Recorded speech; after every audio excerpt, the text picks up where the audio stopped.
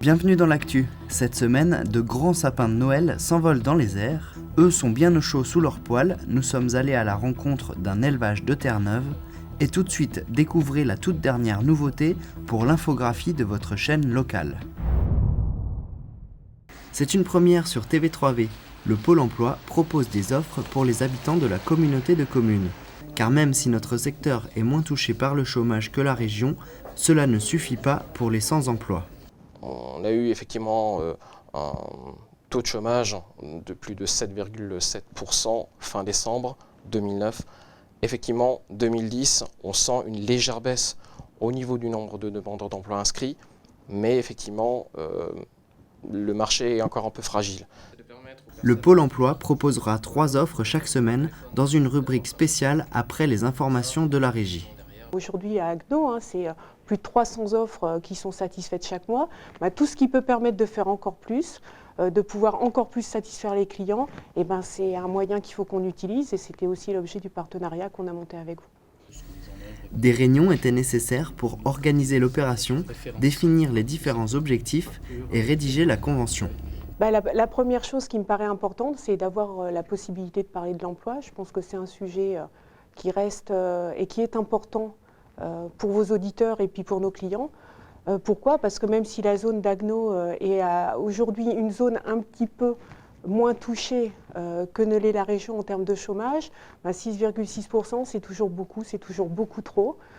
Et donc pouvoir parler de l'emploi, c'était pour moi le premier point important. Le deuxième point qui me semblait aussi important et qui était vraiment l'objet de la convention avec la régie, c'est de pouvoir aussi informer en proximité. L'objectif effectivement qu'on a voulu, de par ce partenariat-là, c'est bien de travailler sur un secteur local. C'est de permettre effectivement à des personnes, quand elles vont visualiser ces offres, quand elles vont découvrir ces offres-là, d'être en relation avec des employeurs de proximité. Le 25 novembre, la convention a été ratifiée pour une durée de 1 an. Vous pourrez retrouver ces nouvelles annonces dans les prochaines boucles infographiques après le MAG 3V.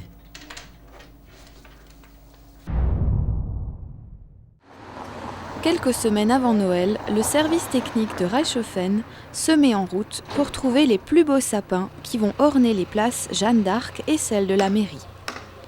Cette année, le choix est tombé sur l'arbre d'un Reichshoffenois, rue des Chalets, qui va trouver sa place aux côtés de la paroisse Saint-Michel. Mais avant d'y siéger, le sapin va devoir y laisser quelques épines et sera amputé d'une partie de son tronc. Ce jour-là, un certain nombre de moyens ont dû être mis en œuvre pour pouvoir déloger le sapin de son habitat. Une situation périlleuse et impressionnante qui reste pourtant bien connue des agents du service technique et de leur prestataire, l'entreprise Fer. Une liste ici au service technique est tenue à jour. Moi-même je passe chez les gens pour voir les sapins, pour voir si c'est accessible, si on peut récupérer l'arbre avec nos propres moyens ou s'il me faut des moyens techniques un peu plus élaborés du genre PPM, donc ça c'est une grue automotrice, et un porte-char pour faire le transport. Les arbres qui sont plus grands comme celui pour la mairie et Place Jeanne d'Arc sont montés avec PPM et porte-char. De nombreux résineux sont utilisés chaque année pour l'embellissement des rues de Reichshoffen à l'approche des fêtes de fin d'année. De plus en plus d'habitants proposent ainsi l'enlèvement de leur sapin pour l'offrir à la commune en contrepartie. Je procède de manière logique parce qu'il y a des gens qui nous le proposent depuis des années. Là, cette année, en l'occurrence, on avait entre 20 et 30 propositions. J'ai essayé d'en récupérer le plus possible, aussi pour rendre service aux gens sur Reichshoffen. Et c'est vrai qu'il y a des gens qui voudraient nous le proposer et voudraient s'en débarrasser. Et j'essaye à ce que les gens les gardent encore 1 voire 2 années en place. Et je leur promets, par courrier, comme quoi on s'engage à récupérer leur sapin, soit en 2011, soit en 2012. Jusqu'à présent, la commune n'a connu aucune pénurie de sapins, même si ceux d'1,50 m à 3 mètres, qui trouveront leur place dans les écoles ou les bâtiments publics, sont plus difficiles à trouver. Si à votre tour vous souhaitez faire don de l'un de vos arbres, vous devrez vous y prendre bien à l'avance pour le voir prôner sur l'une des prestigieuses places de la commune dans les prochaines années.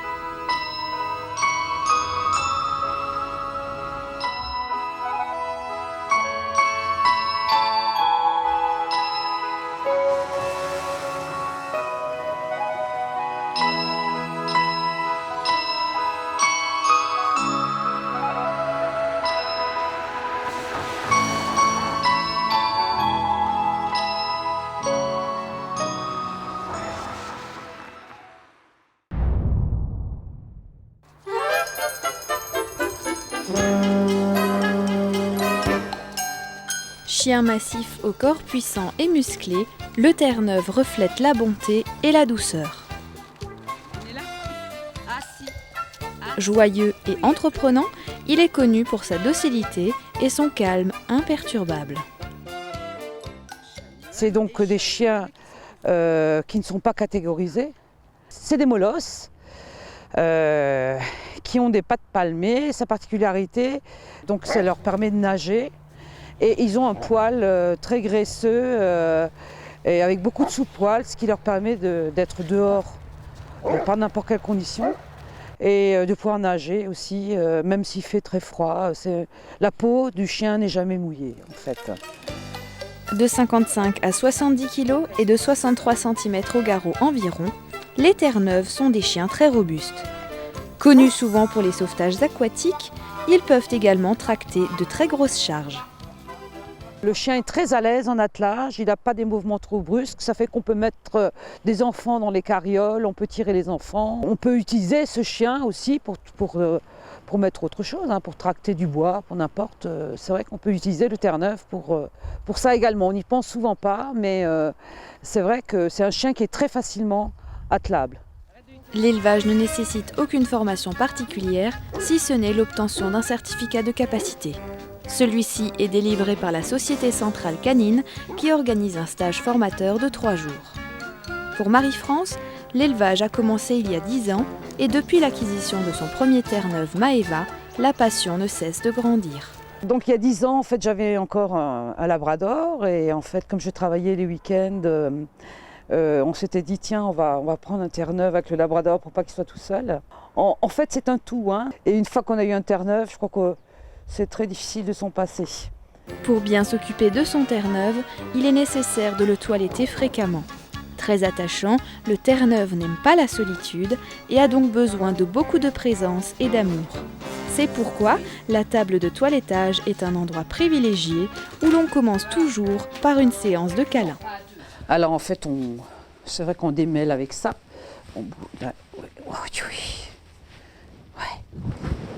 C'est d'abord le câlin. C'est toujours, quand on monte sur la table, ça passe toujours par des moments de câlin. C'est terrible, c'est terrible.